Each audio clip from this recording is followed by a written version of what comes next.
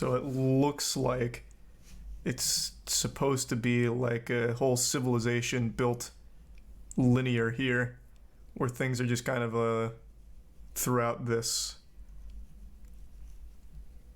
which is interesting. Literally Coruscant. No, what? Wasn't Coruscant like the opposite of a line? Wasn't it like a donut? We're talking Star Wars, right? Or is there another Coruscant?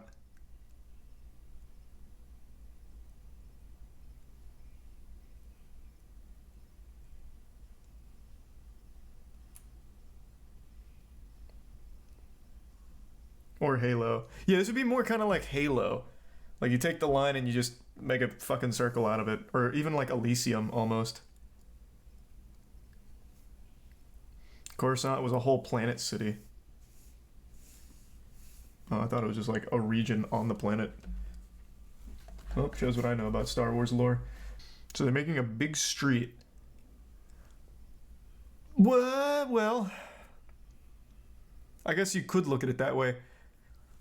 From this concept art, it just kind of reminds me of the Citadel in Mass Effect, but in a straight line. Xerisub goods in Zura. Literally a waste. If they can pull it off, why not? Building upwards instead of outwards and taking up more land is probably better.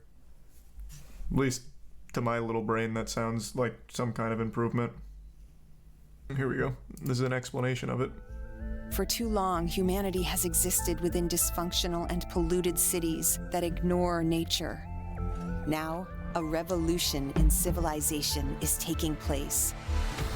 Imagine a traditional city and consolidating its footprint, designing to protect and enhance nature. The line will be home to 9 million residents and will be built with a footprint of just 34 square kilometers. And we are designing it to provide a healthier, more sustainable quality of life. That seems like it'd be fucking miserable to be that close. Communities are organized in 3 dimensions. Residents have access to all their daily needs within 5-minute walk neighborhoods. And the line's infrastructure makes it possible to travel end to end in 20 minutes with no need for cars, resulting in 0 carbon emissions. By leveraging AI technology, services are autonomous, saving you time and effort. That sounds hype, I guess. I don't see that happening. The line is 500 meters tall, 200 meters wide, 170 kilometers long, and housed within an elegant mirror glass facade. Intelligent solutions create efficiency and year-round temperate microclimate with natural ventilation. Energy and water supplies are 100% renewable. The line is designed as a series of unique communities, offering a wealth of amenities, providing equitable views and immediate access to the surrounding nature. With 40% of the world accessible within 6 hours, at the heart of the globe's key trade routes, a place for commerce and communities to thrive like nothing on Earth seen before. The line, the city that delivers new wonders for the world. This actually just feels like the intro to a sci-fi movie where it then zooms out after this video and it's just like a broken TV in a dystopian world that's overcome with like zombies and shit. Hey, I'm all for that like deep future sci-fi shit though, let it ride. I don't see how with current technology it's going to have fully autonomous AI servants that do all of the, what was it? Like everything? What was the AI credited with? Where was that? To travel end to end, resulting in AI technology, services are autonomous. Oh, just all services. Jesus. Yeah, I don't think we're quite there yet. It's fake. No, it's not fake actually. I just went to their website and apparently construction has started, at least according to this first article I saw on it. Yeah. According to the satellite images, the construction has now begun on the 75-mile-long megacity. Wait, 75-mile-long megacity? Doesn't this video claim you can walk end to end in 20 minutes, or did I misunderstand that? They said there's no cars. Everything's walking distance, and then said you can go end to end in 20 minutes. How the fuck are you supposed to go 75 miles in 20 minutes? Oh, they have trains in there? Oh, okay, that much wasn't clear. I thought I was still walking. Okay, that makes a lot more sense. Neom is a parody of the future. Yeah, this is the company behind the line. So in case you've been living under a rock for the past month, the Saudi government has officially announced Neom, an ultra-high-tech region of the future, made up of Trojena, an LSD user's idea of a mountain resort, the Oxagon, the floating surveillance dystopia, and of course, Revive the in Line, Cheshire. a futuristic line-shaped city cutting straight through the landscape. And we're going to take a look at them now. First, Trojena, which is a mountain resort on crack, complete with a huge concrete artificial lake, some bizarre mirror... This actually looks like the stage setup from the One Piece Red film. Holy shit.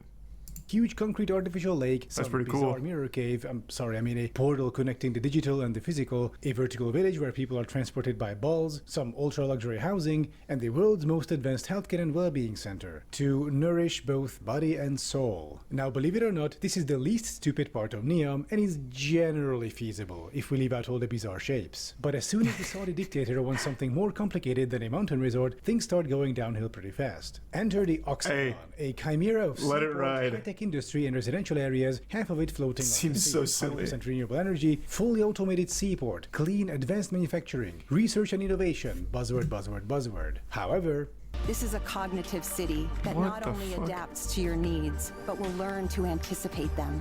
it's just a fancy way of saying you'll be under constant surveillance by the Saudi state. And I'm sorry, you are building in the open desert. You have virtually unlimited space at your disposal. Why is half of this thing floating on the sea? Blocking Because it's cool. I also like what everyone travels around on. The little hoverboards. Look at that shit. You actually travel by those little one-wheeled hoverboards. How do they make a profit? From the people living there? What do you mean? Same way like a landlord would make a profit, I imagine. Let me see where he talks about the line in particular. Oh, here we go. Otherwise, life inside Neom would be rather depressing. You're locked inside a narrow tube full of buildings with prying eyes on you potentially from all directions at all times. If you want to catch a breather, you can always go outside though, into the open, empty desert. Or you can take Neom's transportation system, which is just as smart and well thought out as the rest of the project.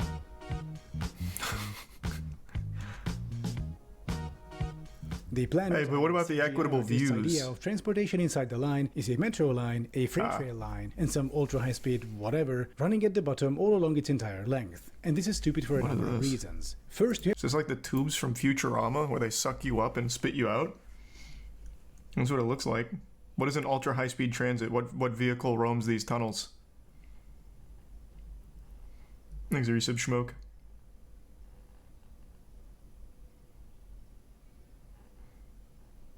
Just a fast train?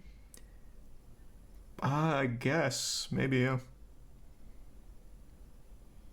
stupid for a number of reasons. First, you have to build 170 kilometers of subway and underground freight rail, so basically 340 kilometers of double-track rail tunnels in total. And then, between those, some kind of techno-bullshit rapid transit that takes you from one end to the other in 20 minutes. So the thing would have to run at least at 510 kilometers per hour, not counting stops along the way. I've heard rumors they want a Hyperloop, you know, that thing Elon Musk admitted to be a scam to try to get California high-speed rail cancelled, but here a regular maglev would also be enough. Otherwise they would have pods, because of course they would, and also air taxis. I feel like any kind of disaster with their system down here, like a train crash, would actually just destroy the entirety of the line.